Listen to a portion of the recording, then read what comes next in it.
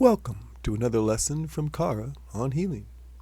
Yet again, I am Russ Hatfield, and behind my shoulder is Karra, who is a member of Ashtar Command and also my higher dimensional twin soul. This latest lesson was channeled by Mark Crocker in May of 1998, and in it, we get the treat of hearing how fears are handled on a higher dimension. Because this is one where Karra addresses a topic not yet covered, which is mental healing.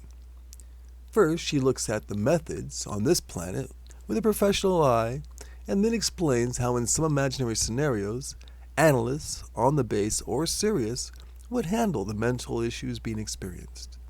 You can follow our online transcript at the link below at our homepage, centerforascension.org. Please subscribe if you want at the end of this video to be alerted to future channeling sessions, editorials from Karra and myself, and lessons from the Center for Ascension. And now, mental healing. Okay, let's get on to answer some questions. Okay, as a reminder, Shane, what do I do? What are you? I'm a healer. I heal. People. That's right. It's something I enjoy doing that I don't get an opportunity to do much.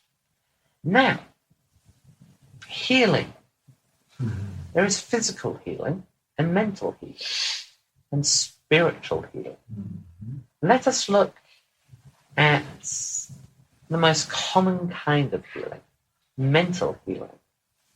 Dealing with mental problems.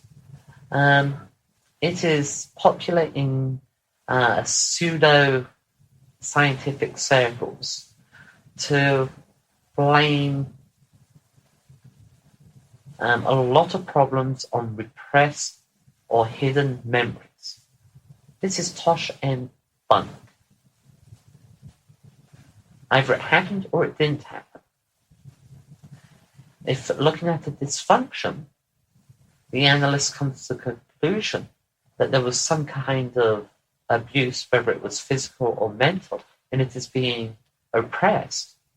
And they talk the person into believing that it's an oppressed memory, then you have serious problems. That is something to be careful to watch out for. It is common for people that have the need to talk to, what would you call them? Counselors? Shrinks. Sorry? Shrinks. A good listener. They shrinkers. What's a head shrinker? Isn't that a... Psychiatrists. Oh, psychiatrist, psychoanalyst. Those are some of the shakiest areas because it is a subjective point of view. A psychoanalyst takes what they think they know, analyzes it with the aid of the person. They look at it and they come to a conclusion. Frequently, they come to the right conclusion. Just as frequently, they come to the wrong conclusion. I've noticed recently, and he has brought it to my attention, that there are families that have been torn asunder by so-called repressed memories of child molestation, when in actual fact, this wasn't the case. On the other hand, sometimes by opening up these wounds that have been repressed, of such things as child molestation, beatings, mental torment, and so on, can cause more problems than it solves. It's kind of like picking a scab. If you pick a scab, it takes longer to heal. If you pick it occasionally, it's part of the healing process. If you pick it constantly, it becomes festered and does more damage. And this is what some psychoanalysts do.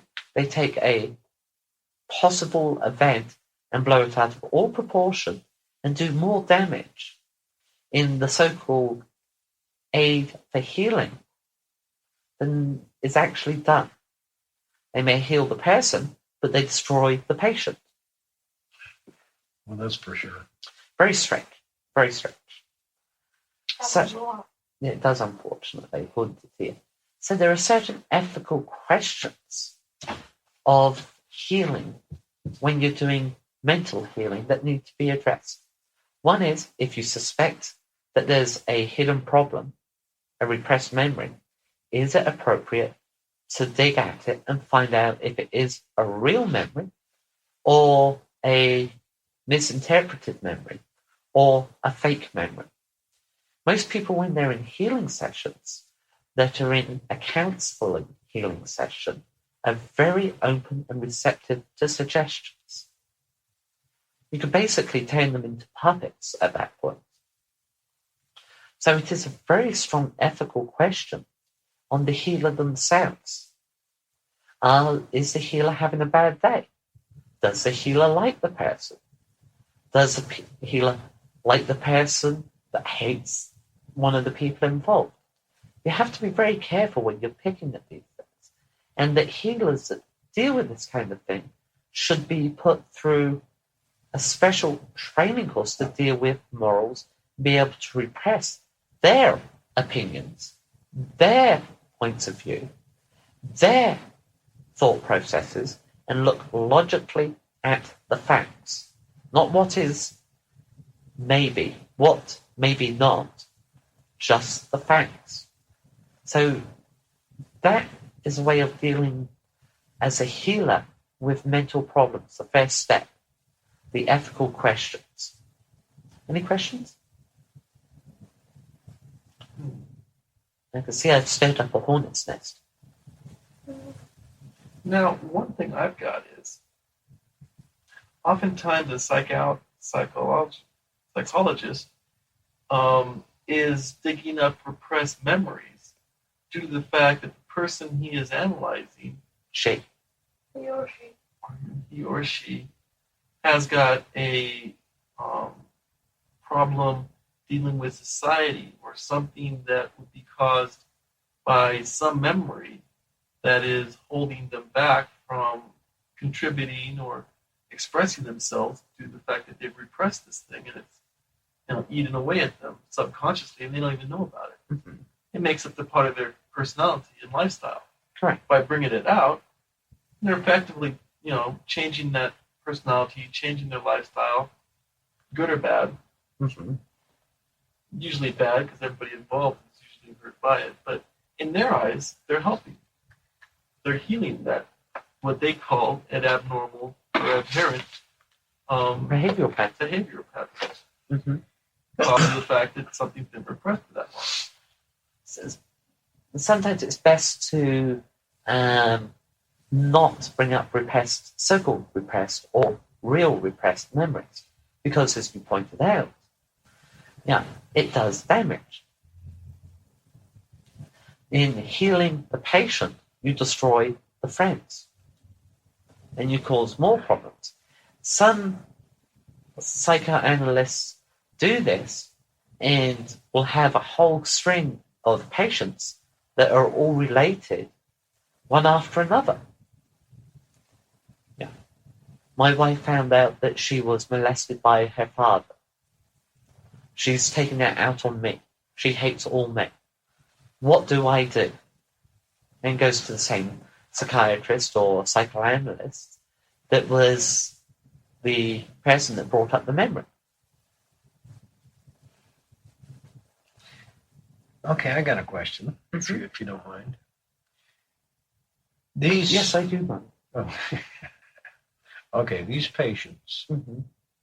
have learned to live with these memories or events that happened in their lives, and they've gone on to build a fruitful life. Wouldn't it be better just to leave them memories and bits and coincidence and stuff alone? In most cases, I would say yes. There's some cases where you'd say no, too. Correct. And in the cases where it's best to leave them alone, it's if the person is functioning reasonably normally. In those situations, if a patient was to come to a psychiatrist up here or a psychoanalyst up here, they would talk about, the problem, not the root cause of the problem, but how to fix the problem. Yeah. For example, let's make up a fictional person. Let's say this person that comes to one of our psychoanalysts and has an aversion to short people. What? Short people. Short people. Now, how would you overcome that problem? And the analyst would discuss it with the subject and look at the fear and say, well, it's an irrational fear. Little people cannot hurt you. But maybe a long time ago, the person as a child was beaten frequently by somebody that was short in stature. Frequently. But has repressed that memory. Very unlike me up here. But I'm taking it as a hypothetical situation. So, how do you address and fix the problem that this person has an irrational fear of short people? What you would do is introduce them to somebody that is sitting behind a chair, behind a table, at the same height as they are. And they would be introduced and talk to each other regularly in the same setting. Makes sense. Now, the person would get up, and maybe the person's taller. Maybe the person's shorter. Preferably the person's taller to start off with. And then after, let's say, 12 sessions, there is two people there sitting side by side behind a desk, appearing to be the same height as the person that they're talking to. And at the end of the session, the person leaves. And this goes on for another 12 sessions, where at the end of that 12 sessions, both people get up, and one is tall and one is short. And that is approaching the fear that the person has been getting to know somebody that they don't know whether they're tall or short on a one-on-one. And then from there, a new person would be introduced that maybe is a little bit shorter than the second person, so that they get used to dealing with short people. So therefore, the problem is addressed.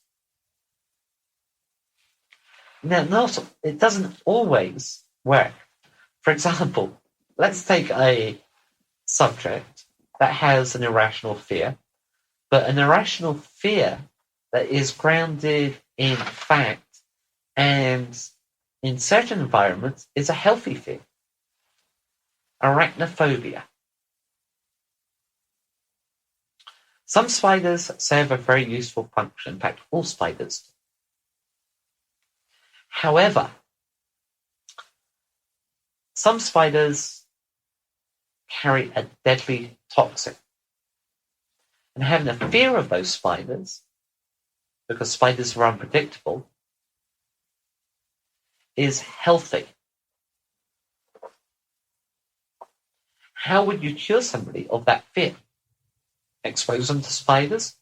Could be dangerous, not only in an emotional level or a heart level, but in a health level as well. Could be terminal. So fears like that, do you address them or not? You can teach them about spiders. No, that won't work. It's a very tricky field to deal with.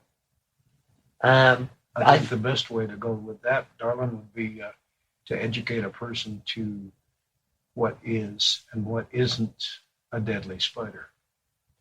Yes, I agree. But it still doesn't address the fear. No, I understand that. There is somebody I'd like to discuss this with, but I don't think they would cooperate because their irrational fear of spiders is one moment it's high, the next moment it's low. It's like Tia's analogy on the stock market. It fluctuates. Mm-hmm. One moment it climbs, the next moment it drops, it stays stable, it climbs a little bit, it drops a lot, climbs a lot, stays stable, and so on. That's fluctuation. The same with people's fear. Yes.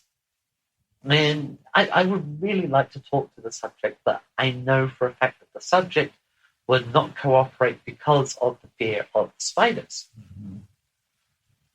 And I know the subject knows that it's an irrational fear. I know that the subject knows what spiders, is probably more well informed about spiders than most people on your planet. but the subject still has that irrational fear. Okay, any more questions? Mhm. Okay, Not on that end of it. what? Questions in general on healing? Well, I'm running into a reverend is her title that's doing a spiritual physical healing on me. She's the one working on your chakras, correct? I'm sorry. She's the one working on your chakras? Yes, Mhm. and aura. Mm-hmm. And evidently, from what I've read of the college that she went through, she can read auras Mm-hmm. and chakras. Okay. And I'm getting back to being my old self. Mm-hmm. Because from what I've studied and read from the lady that established the college she went through, the auras in different colors and different patterns around a person shows what their problems are, Yes. physically, spiritually, emotionally, and she's dealing with all these things on me. And it seems like I'm getting more benefit out of this type of healing than anything I've run into before. Yes.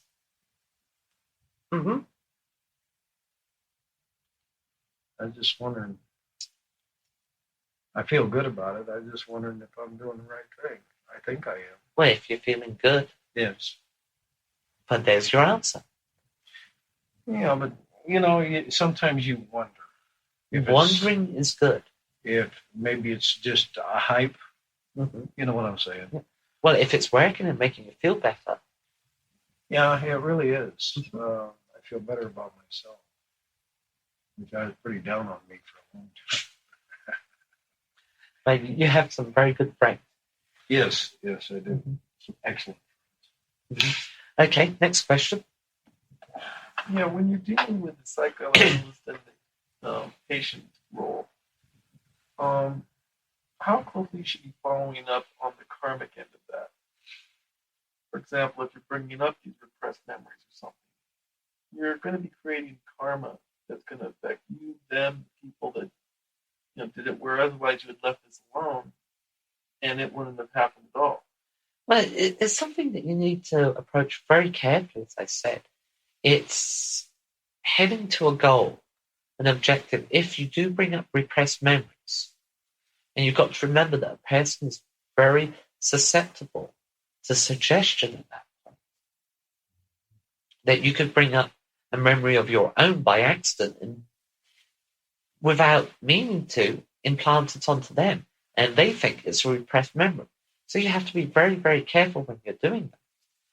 But let us assume that you bring up a repressed memory that is a true repressed memory. Again, you do it gradually, little by little, addressing each little aspect and nuance at a time. In one session, you bring up one little thing, and you address and look at that. You may spend not only one session, but many sessions dealing with that one problem, that one little nuance. You talk it to death. You look at it from all possible aspects. You look at it saying, well, what would the person be thinking if they were doing that? Why would they do that? Maybe it's not as we think it was, because after all, we see one thing, but it may be something totally different. For example, you see a child pick up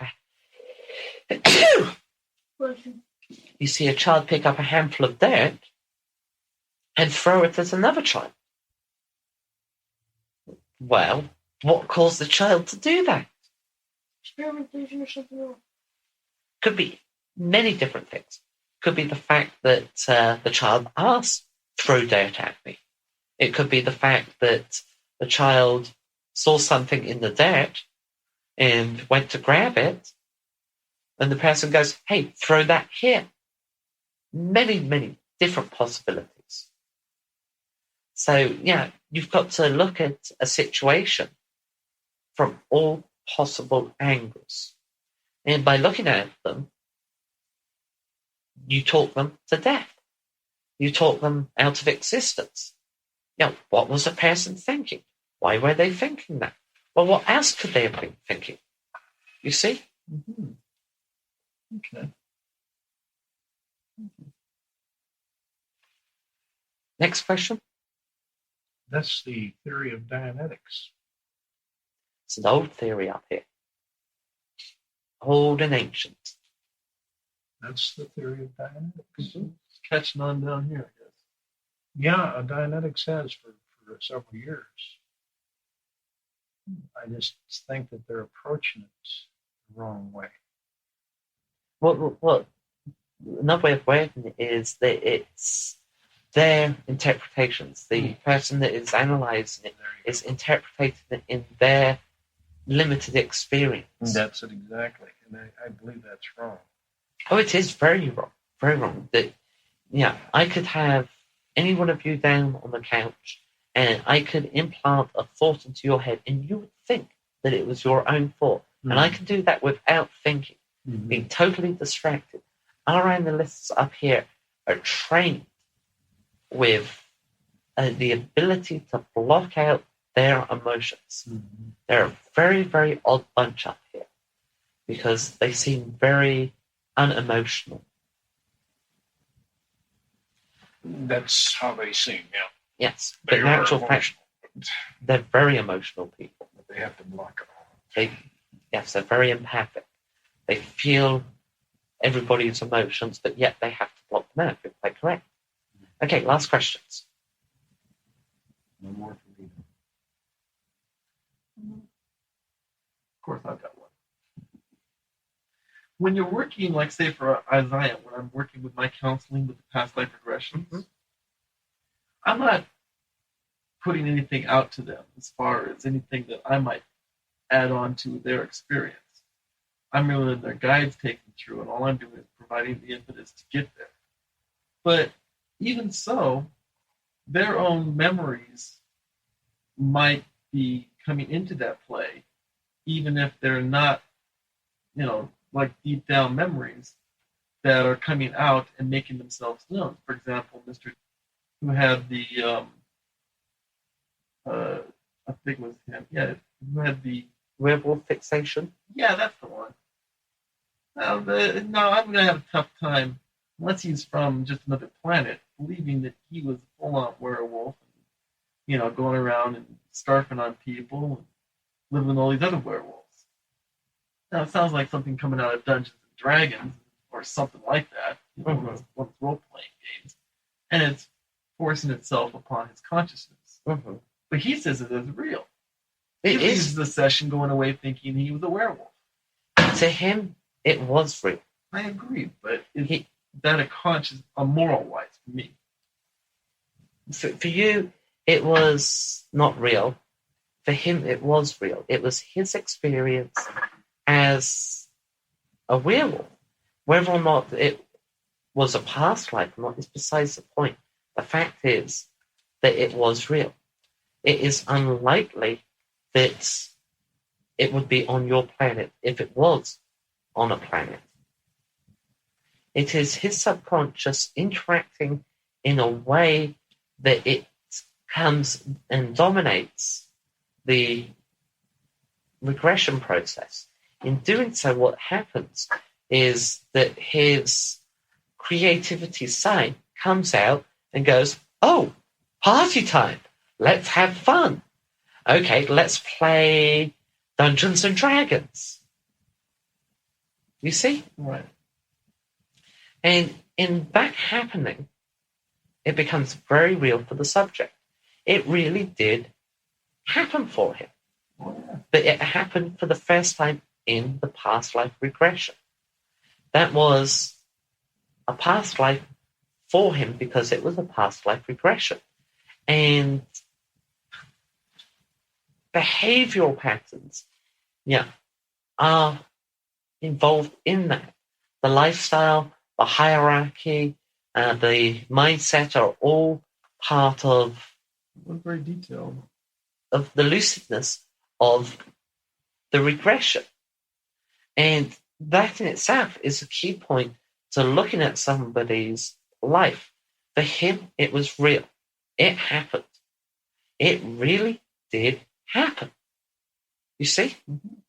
I see. Okay. I'm also filling in a little bit as Tia and Mark are dealing with a problem child. Okay. Catch you later. Bye, love. Good luck. Thank you.